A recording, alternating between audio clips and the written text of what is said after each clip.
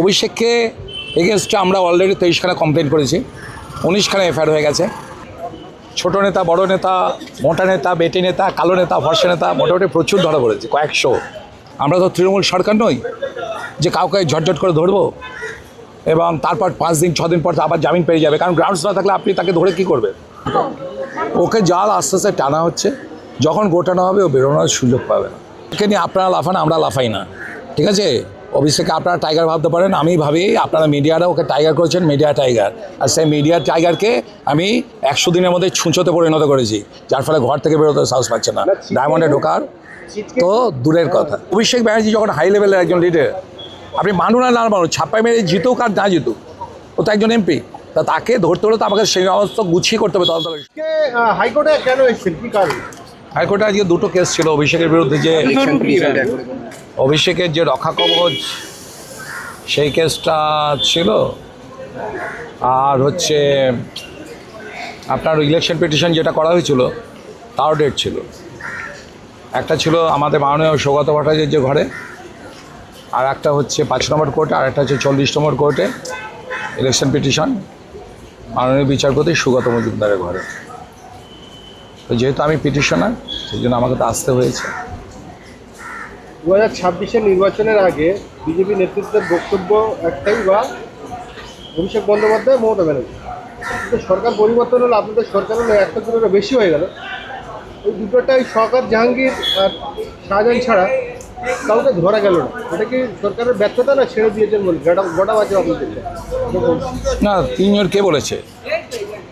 প্রচুর লোক ধরা পড়েছে, ছোট নেতা, বড় নেতা, মোটা নেতা, বেটি নেতা, কালো নেতা, ফর্সা নেতা মোটামুটি প্রচুর ধরা পড়েছে, কয়েকশো জেলের মধ্যে ঢুকে রয়েছে। আর শওকত, জাহাঙ্গীর, দিলীপ মণ্ডল এরা হচ্ছে অভিষেকের অপারেশনাল অ্যাসেটদের একটা পলিটিক্যাল লেভেলে, তাদেরকে ধরা হচ্ছে। আরও কয়েকজনকে ধরা হবে, যেমন শামীম আহমেদ, গৌতম অধিকারী, মেহবুবুর গায়েন, এদেরও হবে, এদের বিরুদ্ধে এফআইআর করা হয়েছে। সব কিছু স্লোলি বাট স্টেডিলি। আমরা তো তৃণমূল সরকার নই যে কাউকে ঝটঝট করে ধরবো এবং তারপর 5 দিন 6 দিন পর আবার জামিন পেয়ে যাবে, কারণ গ্রাউন্ডস না থাকলে আপনি তাকে ধরে কী করবেন? চিমটি কেটে তো লাভ নেই। আমরা ধরতে হবে যাতে অন্তত 5-6 বছর অন্তত ভেতরে থাকে পরবর্তী নির্বাচন। অভিষেকের সওকত বললাম, তার বিরুদ্ধে রাষ্ট্রদ্রোহিতা ইএপিএ ধারায় মামলা করা হচ্ছে, কিন্তু গুরুদেব এখনো ঘুরে বেড়াচ্ছে। গুরুদেব তো অন্য পুরো মানুষ না, গুরুদেব বলেই তো তার জন্য একটু লাগবে না। আশেপাশে ডাল, একটা গাছকে কাটতে হলে তার ডালগুলো কাটতে হয় প্রথমে, তারপরে তো মেইন গাছটাকে তো ধরতে হয়। তো অভিষেককে এগেনস্টে আমরা অলরেডি 23খানা কমপ্লেন করেছি, 19খানা এফআইআর হয়ে গেছে। 16খানার জন্য এখানটা আজকে প্রোটেকশন চেয়েছিল। মাননীয় বিচারপতি সৌগত ভট্টাচার্য বলে দিয়েছেন যে 3টে দিয়েছিল 3টের উপরে প্রোটেকশন পাবেন, বাকিটা ওটা এখানে হবে না হিয়ারিং, তার জন্য আলাদা ফাইল করতে হবে ওকে। এবং তারপরেও ও আরও 3খানা এফআইআর হয়েছে, যেমন শ্রমিক ভট্টাচার্যকে যে অ্যাটাক করেছিল গৌন্ডা বাহিনী নিয়ে, সেটাতে আমার উপর যে অ্যাটাক হয়েছিল সেটাও এফআইআর হয়েছে, আরও একটা হয়েছে। এবং আরও 2টো পিএমএলএ অ্যাক্টে ফেলার জন্য ইডিতে গেছে, যেমন শ্রদ্ধার্ঘ ইনকাম ট্যাক্স এবং ইডি ডিপার্টমেন্টে পাঠানো হচ্ছে 77,000 বৃদ্ধাকে প্রত্যেকে 1000 টাকা করে দিল। কে টাকা দিচ্ছে? 540 কোটি টাকা, 550 কোটি টাকার মতো। তো এই সমস্ত বিষয়গুলো চলছে তদন্ত। ওকে জাল আস্তে আস্তে টানা হচ্ছে, যখন গোটানো হবে ও বেরোনোর সুযোগ পাবে না। অভিষেক বন্দ্যোপাধ্যায়ের উপরে অভিযোগ আপনারা প্রমাণ করতে পারেননি। উনি বলেছে যদি একটা অভিযোগ প্রমাণ হয়, উনি কিন্তু এই যে শহীদ মিনারের ওখানে গলায় দড়ি দেবে মঞ্চ বেঁধে। আপনারা তো প্রমাণই করতে পারছেন না। অভিষেককে নিয়ে আপনারা লাফান, আমরা লাফাই না, ঠিক আছে? অভিষেককে আপনারা টাইগার ভাবতে পারেন, আমি ভাবি আপনারা মিডিয়ারা ওকে টাইগার করেছেন, মিডিয়া টাইগার। আর সেই মিডিয়া টাইগারকে আমি 100 দিনের মধ্যে ছুঁচোতে পরিণত করেছি, যার ফলে ঘর থেকে বেরোতে সাহস পাচ্ছে না, ডায়মন্ডে ঢোকার তো দূরের কথা।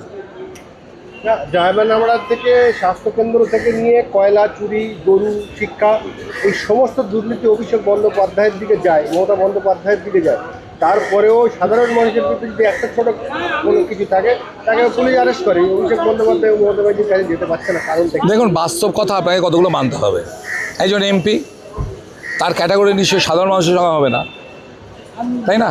ধরুন রাস্তা দিয়ে যাচ্ছেন, আপনার আর্জেন্সি আছে, একজন এমপি বা একজন ডাক্তার বা একজন আইনজীবী, তাদের ডেট আছে, তা সেখানে তার ক্ষেত্রে রাস্তা তাকে ছেড়ে দিতেই হবে। তো অভিষেক ব্যানার্জি যখন হাই লেভেলের একজন লিডার, আপনি মানুন আর না মানুন, ছাপ্পাই মেরে জিতুক আর না জিতুক, ও তো একজন এমপি, তা তাকে ধরতে হলে তো আমাকে সেই সমস্ত গুছিয়ে করতে হবে তদন্তকারী সংস্থাগুলোর, যাতে ও গ্রাউন্ডস যদি ঠিকঠাক না থাকে তাহলে তো বেরিয়ে আসবে।